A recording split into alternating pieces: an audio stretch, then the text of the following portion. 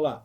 No programa de hoje temos a presença de João Barros, sócio fundador da Doceria Amorosa. João, brigadão, meu amigo. Se apresente para a gente comentar um pouquinho sobre Amorosa.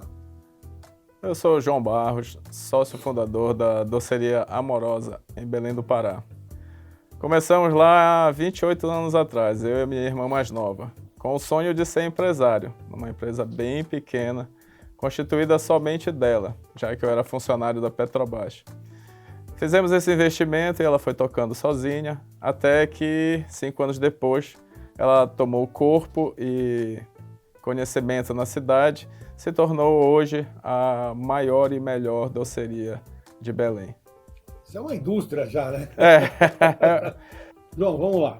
Você já esteve aqui, a gente discutiu bastante sobre sucessão, o Caio estava sendo preparado e a gente não explicou como foi. Então, como está sendo essa história do Caio, eu conheci ele bem, formou em Direito, Tributário, achamos que ele ia seguir a carreira e de repente ele falou, quero trabalhar com meu pai. Eu sei que a sua esposa quase te matou, mas eu queria que você contasse um pouquinho para o nosso público. Eu acho que é uma história bem interessante, a gente vê que tem que dar valor mesmo no negócio. A formação do Caio, né? Essa é a principal missão de um pai, é a formação. O sonho é que ele seja o sucessor, mas é um sonho. É um sonho que pode ou não se tornar realidade, mas a formação tem que ser real. Então ele veio para São Paulo, né, a terra das oportunidades, para fazer a faculdade de Mackenzie. Fez Direito, cursou pós-graduação em Tributário na PUC, e na finalização da pós-graduação dele, vem a grande pergunta: vais fazer o que para viver, né, te sustentar? Sim, aí a opção dele foi, não, eu vou trabalhar contigo. Mas aí eu falei, para trabalhar comigo, tem que ser do ramo. Então nada melhor do que fazer em São Paulo um curso de panificação. E assim foi. Ele fez o curso de panificação, entrou no ramo de alimentação pela panificação para aprender a fazer um produto com excelência, que esse é o principal foco da Doceria Amorosa, fazer todos os produtos com excelência. Aí veio o Caio, foi se preparar. Primeira etapa, muito bem. Qual foi a maior dificuldade que você enfrentou nesse processo?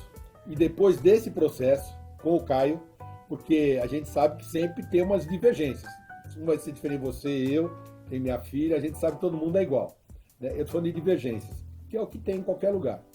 E depois, como é que está indo o processo dele, que a gente sabe que hoje ele é um senhor, casado com uma filha linda, mas isso a gente vai devagar. Ele tem que pagar um jabá pra gente aqui, porque nós estamos falando muito dele, viu? Não, mas no final das contas, ele é o principal ator da sucessão agora. Sim. Por quê? Porque a gente construiu a empresa 28 anos atrás, eu e minha irmã, né? Mas o tempo passa, e para nós todos, né? Sim. Então, assim, o principal ator da empresa agora é como fazer a sucessão. Então, a gente está tentando formar, lógico que não tem uma fórmula mágica, não tem um passo a passo, não tem uma receita de bolo para fazer um sucessor. Se tivesse, era bom, hein? Imagina, colocava lá ovo, trigo e batia a sava, tá pronto. Tá pronto.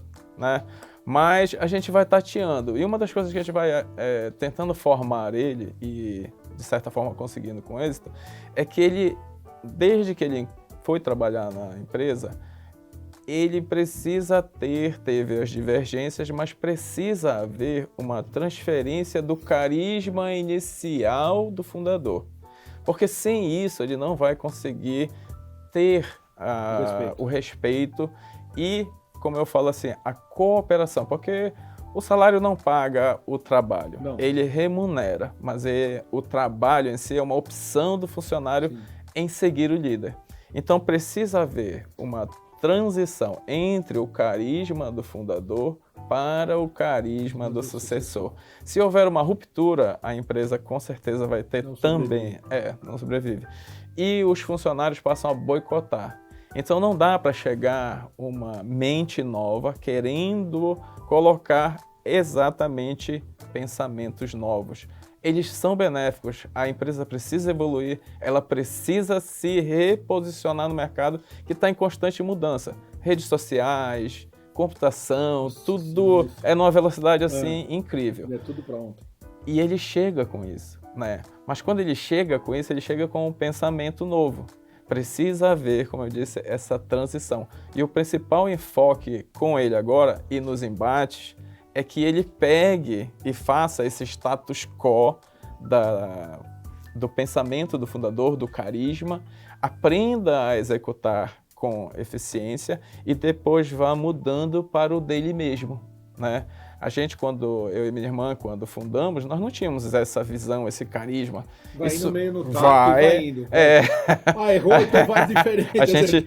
Eu costumava falar que a gente tinha a política do bate-assopra com os funcionários. Um bate, o outro assopra. E quando o outro bate, vem um assopra.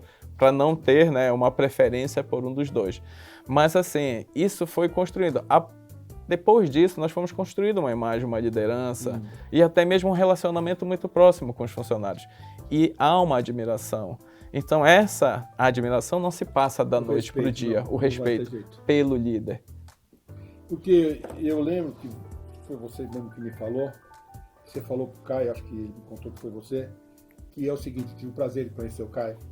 Ele falou, meu pai sempre falou, por isso que eu estou aqui, porque para eu mandar eu tenho que saber muito, senão ninguém vai dar credibilidade naquilo que eu falo. Acho que é por isso que você pôs ele aqui, para aprender. Quando alguém questionar, falar, ou é o filhinho do papai, vamos ver se é o dono. E aí ele sabe como resolver o problema. Não sei se é mais ou menos isso. É exatamente isso, porque o funcionário, quando ele está executando as tarefas do dia a dia e está ali executando normalmente, tudo bem.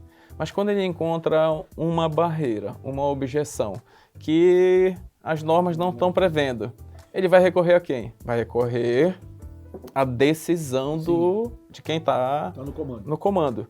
Então, essa decisão ele já está acostumado. Ele até talvez saiba qual vai ser a minha decisão ou da minha irmã, mas ele quer ouvir aquilo para dar segurança e a responsabilidade, lógico. Agora, tomar a decisão errada, ele paga falar com o dono. Exatamente. Mais fácil. Mas ele até sabe a resposta. Então é necessário que essa decisão, né, seja coerente ainda com a decisão dos antigos líderes, que somos eu e minha irmã. Então essa formação é no dia a dia, é ficar na empresa, observando. Não dá para assumir diretamente e inicialmente uma função específica, né? Precisa ficar transitando pelas vários setores da empresa para poder sentir o clima, para o funcionário começar a se acostumar, não receber talvez até uma ordem direta, mas ele estar presente ali. Em alguns lugares ele até ajuda, ele vai lá, fica do lado, ajuda, para ganhar a confiança daqueles que são formadores de opinião. Sabes que dentro da empresa tem às vezes um subordinado, que é até mais líder do que o superior hierárquico dele. Então tem que identificar tudo isso para ir pisando em terreno sólido. Vamos lá. Bom, então o Caio evoluiu, cresceu, agora vamos falar de crescimento da empresa. Qual é a estratégia que vocês estão usando para crescimento, como é que está? E eu sei que você está com novos negócios, mas essa pergunta é para depois. Vamos falar do crescimento da doceria, que é uma indústria. Lógico, quem conhece sabe que ele é uma indústria. Qual é o novo crescimento? Como é que vocês preferem crescer? O que vocês esperam nos próximos anos? Porque passou a pandemia, passou a crise, e aí como é que vocês esperam esse crescimento? O que vocês pretendem? E qual a ideia sua e do Caio? Vamos falar assim. Olha, a expansão, né, a gente ficou temeroso, né? A pandemia ficou assim, a gente estava abrindo loja, mas aí o que aconteceu? Pandemia. Uma pandemia, eu acho que assim, o grande ensinamento dela é somos vulneráveis, né? Para mim já era um conceito que eu ouvi num congresso da empresa familiar, a morte prematura, né? Então, acho que a pandemia veio consolidar muito esse conceito, esse medo. Ou seja, aí a gente parou, o que a gente precisa fazer? Precisa reorganizar a empresa. E é uma hora muito boa para reorganizar, porque a gente teve que demitir, na pandemia, 1/3 dos funcionários. Já de 150 ficaram 100, né? Isso era necessário, a empresa tinha que sobreviver. Hoje já estamos com 160, né? Já houve uma recuperação e até uma expansão no quadro. Porém, a gente continuou crescendo. Os clientes não voltaram imediatamente, então há um planejamento de crescimento. A gente precisa recuperar isso. E nessa hora que a gente pensou novamente em expansão, a gente já tem os braços limitados, somos 4. Então veio mais o Caio. É preciso reorganizar toda a empresa, toda a cadeia hierárquica e as normas e procedimentos para que um terceiro possa começar a assumir e também receber parte da cadeia de comando, das decisões. Então a necessidade, a gente começou até, teve que mudar o organograma. Começamos por mudar o organograma, começamos por fazer reuniões mais intensas com os gerentes, nós chamamos de gestores. Sim. Com os gestores, são gerentes e supervisores, para que ele possa participar e se integrar, né? Porque uma loja, nós estamos com 3 lojas, só que a principal é uma mega loja com uma complicação gigantesca. Por quê? Porque a gente tem um ramo de atividade que vai desde bolo de casamento até um lanche de uma coxinha na loja. Então, é indústria, atendimento e lanches. Então, nessa organização que é necessária, a gente viu assim, muita coisa dependia de nós. Então, a gente está fazendo toda uma norma e procedimento para que ela passe a depender cada vez menos de nós. E ele, como, vamos dizer assim, um futuro funcionário, não um fundador, porque é muito diferente. Mesmo a sucessão, o sucessor é muito diferente do fundador. Não tenho a menor dúvida disso. Sucessor, vamos dizer assim, é um cargo. Fundador é uma... Paixão, exatamente. Mas eu digo sempre, a paixão quem tem é os fundadores. Eles podem gostar do negócio, mas paixão é difícil. Você é meu amigo, a gente pode falar, você era um cara totalmente centralizador. Tinha assim, é seu, não é que era errado nem nada. E hoje eu tô vendo que você tem paixão pelo negócio, óbvio, mas você está começando a descentralizar o negócio. Como foi isso para você? Porque você tinha, você e sua irmã, o controle do negócio, vocês estão descentralizando, passando para outras pessoas que vão tomar decisões talvez um pouco diferente de vocês, que é inovação, rede social, uma série que a gente não estava preparado e essa geração só pensa nisso. Como é que foi para você a descentralização? Porque eu te conheço muito bem. Olha, a descentralização ela partiu da tomada de consciência de que a gente não vai ficar na empresa para sempre. Isso é a mais pura verdade. Então, o que é que acontece? A partir do momento que toma consciência de que precisa haver a sucessão, a gente começou a tomar as atitudes, tomar as decisões, chamar gente de fora para quê? Para organizar, reorganizar. Então, a reorganização da empresa, a gente começou a fazer o que eu chamei de código de comprometimento amorosa, que era o quê? Estruturar toda a cadeia de sucessão, vamos dizer assim, desculpa, eu usei o termo errado, de hierarquia, de gestão. Então, nós temos os diretores, que somos eu e minha irmã, os gerentes, supervisores e aí o pessoal operacional. Na hora que a gente foi colocar no organograma isso e as funções de cada um, a gente viu que estava precisando de um manual. Um manual onde cada um passasse a decidir de acordo com as normas e não com a sua habilidade de gerir as pessoas. Como achava que deveria ser. Como achava que deveria ser.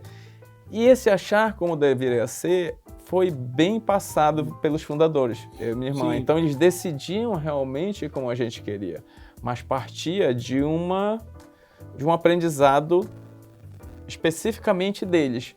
Se eles adoecessem ou na hora que eles tiram férias, eu não conseguia um outro supervisor para substituir, porque faltava essa regulamentação, que são os procedimentos. Na hora que a gente passou a colocar cada norma em cada tipo de gestão, nós começamos a nos afastar mais naturalmente, porque a gente via assim, ele não precisa ter a minha decisão o tempo todo, ele já lê, decide, está normatizado e ele começa a ter mais liberdade, os gestores. E a gente não via, eu principalmente, que estava com a caneta na mão, não via que eu estava trabalhando muitas vezes no lugar deles.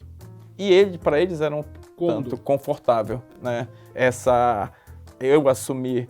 Na hora que a gente centraliza, também trabalha por eles. Sim. E 10 minutos de cada gerente, se tu pensares nele, vai formar, nós temos 60 minutos por dia que eu trabalho não comigo, mas no lugar deles.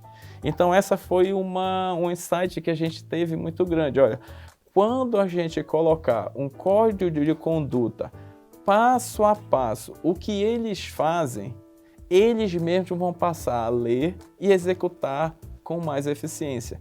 E isso passou a sobrar mais tempo para a gente, para ver mais de fora a parte estratégica. Sair muito da operação, ficar mais na estratégia. Exato. Com isso, sobrou tempo para fazer uma reforma em uma loja que não estava prevista. Agora, eu quero fazer a reforma na loja grande para abrir mais estacionamento. Então, já construí uma unidade Fabril para transferir 80% da produção, que é na maior loja, para essa unidade Fabril. Ou seja, a estratégia realmente começa a ser melhor pensada, porque quando se está no operacional, não consegue enxergar nada. A gente não enxerga um palmo na frente, isso é verdade, porque eu também, às vezes, tem a Tatiana lá, ela cuida mais e você começa a enxergar coisas que você não enxergava antes. Não tinha, porque o pensamento está na operação. No dia a dia. O cliente, a produção. Não, é tudo, você quer saber, você fica no balcão, vai se inundar, e aí vai tudo de uma vez e você esquece o negócio. E é isso, aquela centralização, às vezes eu ia lá para ver a cor do bolo. Mas deu certo. Deu certo. Mas talvez não sei para frente se daria. Não, por quê? Porque o negócio começa a ficar complicado, começa a ficar maior. Sim, então não dá mais tempo. Se eu não passar essa segurança para o gestor, para ele ver o controle de qualidade e ele avaliar e ele gerir e se responsabilizar, eu não vou ter braços nem olhos para... Não, ele não vai conseguir mesmo, é impossível. Então é natural, na hora que se tem essa consciência de que o sucessor precisa assumir, aí a gente vai vendo, como a gente diz assim, a gente dá nó em trilho, mas o sucessor não vai dar. E principalmente, então ele precisa ter diretrizes. Eles vão seguir o manual. Eles vão seguir o manual. Porque é uma geração que foi para a universidade para aprender norma, manual e procedimento. Exato. Então, se eles não têm, às vezes, a dificuldade que a gente enxerga, às vezes o dono está tudo na cabeça, você tem que transformar isso em norma, manual e procedimento. O sucessor pegar o negócio e falar assim, isso daqui eu sei como é que funciona. Porque se você explicar, ele vai ter uma dificuldade enorme de entender. Mas vamos lá, você falou que depois da sucessão sobrou tempo. E qual foi o seu último negócio que você está desenvolvendo que eu queria que você falasse sobre ele? Pois é, sobrou tempo. Aí tinha um restaurante que eu frequentava. Sim. E a dona resolveu morar para os Estados Unidos e vendeu. Eu gostava muito. Aí minha esposa me incentivou, não, compra, e acabou comprando. Virei dono de um restaurante. É um restaurante pequeno, né, que atende poucas pessoas, mas que eu adorava a comida. E para manter o mesmo padrão, passei a gerenciar também, né. Virei restaurateur, que é o dono do restaurante que influencia nos pratos. Eu fiquei lá, começando primeiro com a comida, não bebia, né, mas o restaurante vendia vinho. E aí aquela responsabilidade, né, de empresário, se eu vendo vinho, eu tenho que conhecer minimamente sobre aquilo que eu estou vendendo. E comecei a degustar vinhos. Nessa de degustar vinhos, né, eu percebi que a taça tinha muita influência sobre a percepção de cada um do vinho. Comecei então o laboratório ali, porque vamos dizer assim, a minha missão na Amorosa sempre foi o bem servir. Um dos lemas que a gente tem lá é acolher o cliente do jeito que ele vier do mundo. Às vezes vem estressado, vem querendo ter um momento de prazer comendo um doce. Então a gente tem que acolher esse cliente e devolvê-lo ao mundo melhor do que ele entrou. Então o bem servir sempre foi a minha meta. Como servir o mesmo vinho para o marido, que gosta de um vinho mais encorpado, e para a esposa, que gosta de um vinho mais suave? O grande segredo está no formato da taça que cada um vai beber o vinho. Para ela vai dar uma sensação mais suave, para ele vai dar uma sensação mais encorpada. Mas aí pergunto de leigo, eu não entendo nada de vinho. Se o vinho vem X alcoólico, vai ser não sei o quê, o formato da taça não é a mesma coisa? O formato diferente vai fazer com que o vinho recaia sobre a língua e tenha também no bojo da taça um buquê que vai amenizar ou tornar mais forte a pegada desse vinho.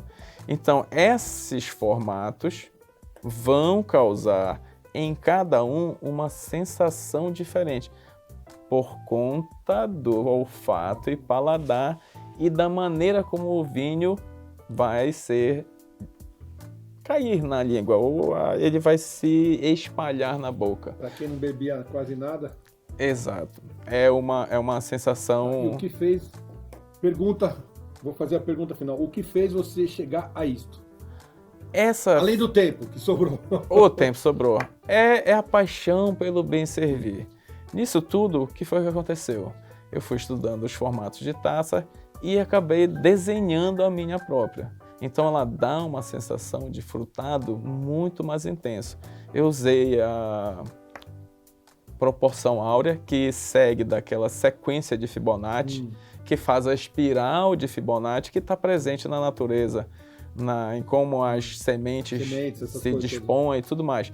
Até mesmo as galáxias e o furacão se movem seguindo essa espiral de Fibonacci. Então a taça foi toda dimensionada para fazer jus a essa sequência natural, como se ela tivesse surgida espontaneamente na natureza, como se fosse criado ali por o vento passando, a água jorrando, uma gota pingando para formar o bojo, e ela surgisse espontaneamente na natureza. E ela entrega uma sensação diferente para as duas pessoas que queiram. Uma ela vai torná-la mais suave, outra ela vai reforçar o corpo e a estrutura do vinho. O grande segredo é a espiral de Fibonacci. Quando ela vem? Ela está em gestação. Eu fiz os primeiros protótipos. Estou correndo aqui em São Paulo para mostrar para os especialistas, para pegar opinião. Já entrei numa escola de mentoria sobre vinhos, que é justamente para pesquisar o mercado e ver se ela vai ser bem aceita, tanto pelos especialistas quanto pelo público em geral. João, quero te agradecer, muito obrigado, de verdade. É sempre bem-vindo, acho que as suas histórias são maravilhosas. E depois, na próxima, nós vamos trazer o Dr. Caio aqui para falar um pouquinho, que ele está com a vida muito mansa. Eu só vejo ele passeando, entendeu? Foto, eu falo para ele, vida boa. Essa é a parte boa da Amorosa, porque assim, ele pega... Nós já estamos querendo que a imagem dele apareça, então nós recebemos até um prêmio, que é muito importante em Belém, ele foi lá, eu vi. Que é o Estrela Azul. Então ele já foi, pegou, ele se mostra para o público já associar ele à imagem da empresa. Coisa da credibilidade, que exatamente. Da liderança. Perfeito. Muito, muito obrigado. Um brinde a você. E vamos, infelizmente, acabando nosso programa, mas você volta uma hora com calma. Se você quer ver esse e outros programas, veja pelo nosso site ou nos acompanhe nas nossas redes sociais. Até lá.